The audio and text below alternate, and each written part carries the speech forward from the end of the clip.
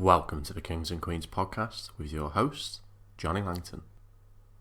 Upon feeling the sand of Pevensey Bay in 1066, the soon-to-be conqueror hailed, "I have taken England with both my hands." That's exactly what he did. No conqueror, no leader, altered the landscape, the culture and the language with as much efficiency. No leader demanded such terrifying orchestrated violence and requisition. No leader left such a perennial legacy as the Duke of Normandy. This is William I, the Conqueror.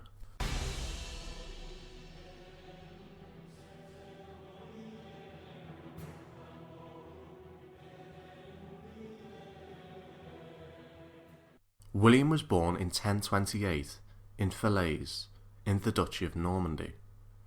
He was the direct descendant of Rouen, the great Viking migrant who ceded Normandy from the Franks for his North men, after tireless raids led to submission. William was the illegitimate son of Robert I, Duke of Normandy, and a commoner called Herleva. When his father died on his return from pilgrimage in 1035, the 7-year-old illegitimate duke was surrounded by keen, sympathetic relatives and potential claimants to the dukedom, determined to protect the child. Beneath the veils were more pernicious schemes. At first, the powerful Archbishop of Rouen proved an efficient guardian and protector of the young duke. When he died, for 7 long years the bastard duke was desperately protected by the few trusted guardians who would be systematically murdered by usurpers jockeying for position. William was in desperate danger. While the Norman aristocracy had sworn allegiance to the young duke, breaking their oath and claiming the dukedom would provoke public outrage. They could, however, rouse the population. In such desperate times, no centralised power could prevent the raising of private militia and the building of the castles, which would one day suppress an entire nation. Guardians of William were so fearful they took to sleeping in the young duke's bedchamber to protect him. Even here there was no sanctuary. It was in William's bedchamber his guardian Osbern's throat was slit. Guy of Burgundy, the duke's cousin, finally schemed to take the duchy by assassinating William at Valognes. The ruse was discovered by a jester. With just a blanket and shoes, the 18-year-old William made a gallant escape alone, riding the 130-mile trip to Falaise in less than a day, pursued ruthlessly by his usurpers. At Falaise, the tide turned. The vassal of Normandy needed assistance. It was in the interest of Henry I of France to keep order and trade routes open. He sent his army to join with an understaffed army of Normandy to a final and resolute defeat of the rebels at Bayeux in 1047.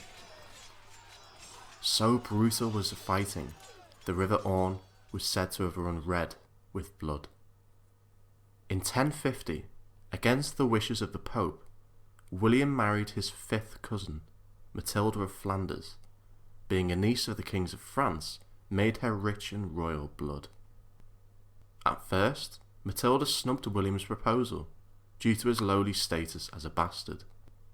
Legend has it, the Duke tackled Matilda in the street, pulling her off her horse by her long braids, perhaps in a fit of anger, or a display of might. Afterwards, Matilda proclaimed she couldn't possibly marry anyone else. The marriage was not just diplomatic, it achieved a rare feat in medieval Europe: fidelity.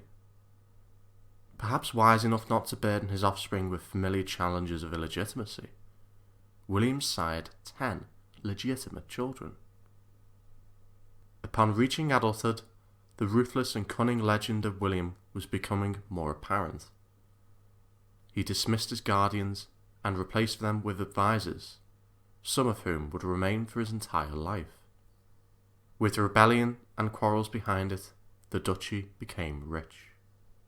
William could begin to look beyond his own borders. William's conquering began in earnest with the capture of neighbouring Brittany and Maine in 1064. Soon, his gaze was set across the Channel. Edward the Confessor, King of England, had no legitimate children. William had a claim. He was the grandson of Edward's maternal uncle. Edward reputedly offered William the throne in 1051. His future rival for the throne, William knew. Harold Godwinson, Earl of Wessex, who was also rich in Viking blood, had fought alongside William in France. In the crypt of Bayeux Cathedral, Harold, by force or by free will, swore to defend William's claim to the throne of England. On the 5th of January 1066, Edward died. On his deathbed, he reputedly offered the throne to Harold. The Witan, the Saxon council, agreed. The usual period between the death of a monarch and the coronation of the successor was around 9 months. Such was the hurry and frailty of Harold's position, he was crowned in 24 hours. News reached William with haste, and was met with unbridled fury. With promises of gold and land to his lords, promises that would permanently shape England, William spent 6 months preparing for invasion. The sight of Halley's comet in the sky foretold the destiny of the shifts of kingdoms. While Harold was subdued with the quelling of a Norwegian invasion force, led by claimant Harold Hardrada in the north, and clement weather conditions meant the crossing of the Channel to Pevensey was met with no resistance or alarm. When news of William's arrival reached Harold, his tactics of speed and surprise, which had laid waste to the Norwegians, would only result in a depleted force to face the Normans as his troops struggled on the race down to the south coast. At Hastings, the most famous and consequential battle in English history began. Norman infantrymen attacked a hill with the Saxon army at its crest. They were met with a hail of spears and arrows, so dense that they blocked the sun's rays. The Normans were being successfully repelled. A changed tactic of the Normans turned the tide. A feigned flight brought the Saxons from the safety of their hill, on which they perched, to the full force of Norman cavalry. The rumour of William's death spread through the Norman ranks. When William reappeared, he discarded his helmet and rode along the vanguard to reassure the beleaguered soldiers. William's chronicler, William of Poitiers, tells the romantic story of his re-emergence. Coming to their senses, William's army regained strength at the appearance of the Duke. The trembling host fell back, as soft wax melts away in the face of fire. With drawn sword, he hewed to pieces helms and shields. In contrast, the news of Harold's death was very real indeed. According to some, the Bayeux tapestry depicts Harold's demise with an arrow in his eye, becoming firmly scarred into English legend. The Saxon army melted away. The Normans had won the Battle of Hastings, and England would never be the same again. Years of turmoil in Normandy had taught William political nous. Instead of an immediate victory procession to Westminster, he conducted a tour of terrorism of the rural lands surrounding London. By the time he turned to London, the news of his torturing and butchery perhaps led to a swifter surrender of the remaining claimant, Edgar the Etheling, and more importantly, the yielding of the Witan. The coronation of William took place at Westminster Abbey on Christmas Day 1066.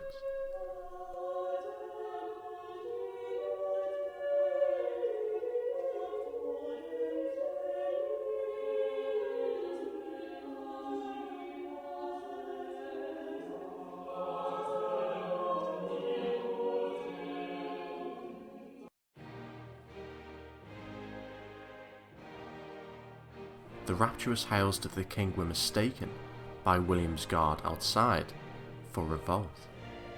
They began to burn Westminster Abbey's surrounding buildings to avenge the supposed resistance from within the walls of the abbey.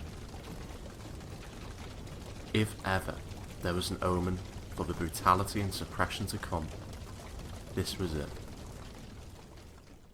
As chaos ensued, the abbey slowly billowed with smoke. William was crowned, unmoved, on his throne, with indifference. Almost immediately after the coronation, William returned to Normandy, leaving long-standing confidants to rule in his stead, including his brother, Bishop Odo. The changes to English society were as widespread and significant as they would be for centuries. The feudal system was immediately adopted. The lords he had enticed to fight on foreign soil were duly rewarded with swathes of the land. A few hundred lords evicted thousands of Saxons. This transfer of land was unprecedented in Europe, and it would be permanent, as masses of Normans flooded the conquered land. Lords had rampant power, raising armies and building castles on the borders of Scotland, Wales, and the English Channel, as well as all major settlements in England. Bolstered by William, these fortified castles would be strategically placed to intimidate potential invaders and residents alike. Imminent unrest could be dashed in the withering Saxon society. Like an early Big Brother, the Normans were omnipresent and invasive. The proliferation of castles became a Norman trademark. With just 5 such castles before the conquest, by 1100 there were over 500. The Norman conquest was also responsible for the biggest upheaval in ecclesiastical architecture in England's history. Almost every major church in the land was demolished and rebuilt, including all 15 of the country's cathedrals by the end of the century. William evicted hundreds of families in order to establish a 30-mile-long royal forest for his use only, an apt symbol for his greed. If a hunter was caught red-handed, they would usually be blinded. The Norman justice system entered the bloodstream of Saxon society and was just as resolute as the transfer of land. Justice, prison, fine, court, and debt are all Norman words we still use today. Trials were now commonly conducted through combat. Eldest sons now inherited all their father's wealth, and fines were now paid directly to the king, not the accused. Such measures were relatively familiar to Saxon society. However, with the increasing tension and resentment towards Normans, a protective law was needed. Murdrum. If a Norman was murdered, the village, or nearest village, was responsible for finding justice, with heavy fines imposed. This collective responsibility for the crime meant Normans had an element of security. However, with a colossal shift in fortunes, wealth, culture, and freedom, resistance to Norman occupation was inescapable. Swift rebellion against new Norman overlords came in various forms. Edwin and Morcar instigated a rebellion in Mercia, but quickly surrendered after a whiff of Norman retribution. Hereward the Wake deployed more successful and longer-lasting guerrilla tactics before eventually being captured. Rebellions against Norman rule, however enthusiastic, without the means to subdue the Normans, were doomed to failure. The biggest threat to William came from overseas, from Sweyn, the Danish king. Instead of battling Sweyn's inferior army, he simply paid him off. Although the rebellions were largely muted and ineffective, William had stark memories of Normandy, and he had the force with which to hammer the North into desperate submission. a monk described the harrowing of the north. William made no effort to restrain his fury and punished the innocent with the guilty. In his anger, he commanded that all crops, herds, and food of any kind be brought together and burned to ashes. William, in a state of calculated malice, salted the land. Those who did survive the slaughter mostly succumbed to starvation, even cannibalism. 75% of the population of the north was wiped out. William yielded to his worst impulses, setting no bounds to his fury. He did not quell rebellion, he demolished society within an inch of existence. Even by medieval standards, William's actions were extremely excessive. With much more harrowing force and nefarious brutality, William had secured the will of the English like he had secured the will of Normandy. In the twilight of his reign, to formalise his suppression of his people, he conducted the Great Survey, the Doomsday Book, in 1086, sending lords to every town, village, and hamlet. An observer said there was not a single hide, nor a yard of land, nor indeed one ox, nor one cow, nor one pig, which was left out. It was the most extensive survey until the great censuses of Victorian England. William not only knew his population, but also what the land was worth, and crucially, what money was owed to the crown. If possible, William's grip of England was tightened further. The book was compared to God's last judgment. Another legacy of William, perhaps contradictory to his authoritarian inclination, was his banning of slavery. It is estimated that between 10 and 30% of England's population were slaves. By the end of his reign, the numbers were reduced by 25%.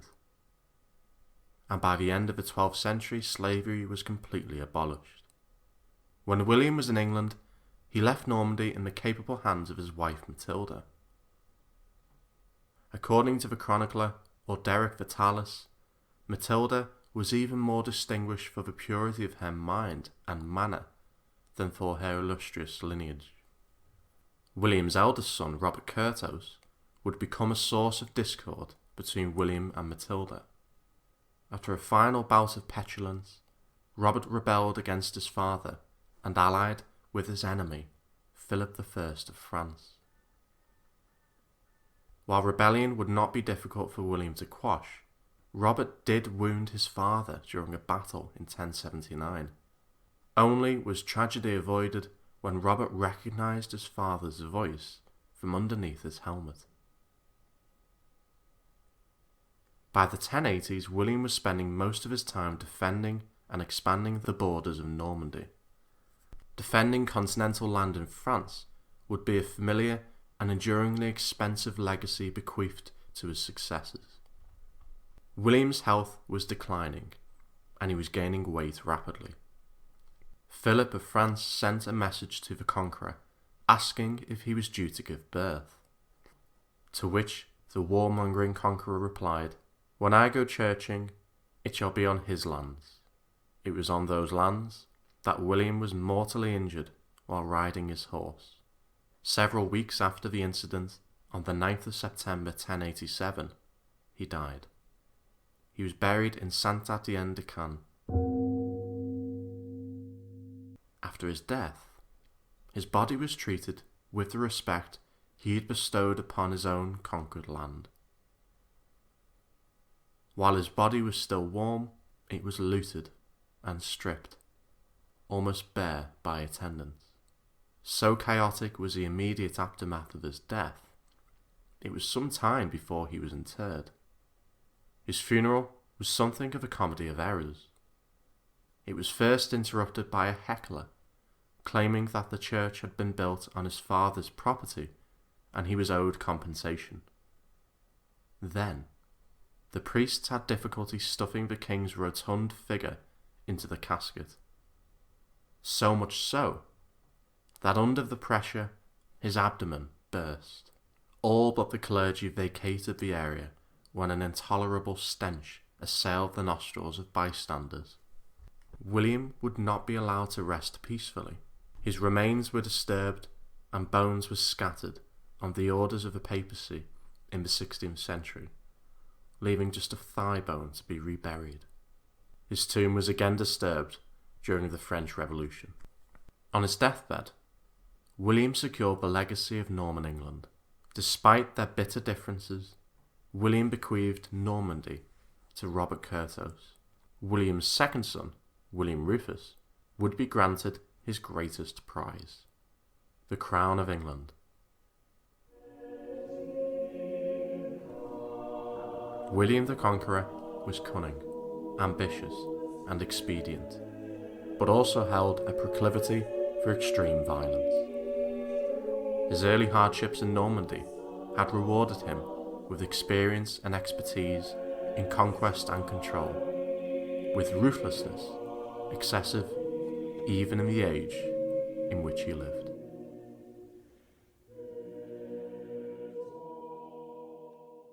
Thank you for listening. Join us next time for William II, Rufus.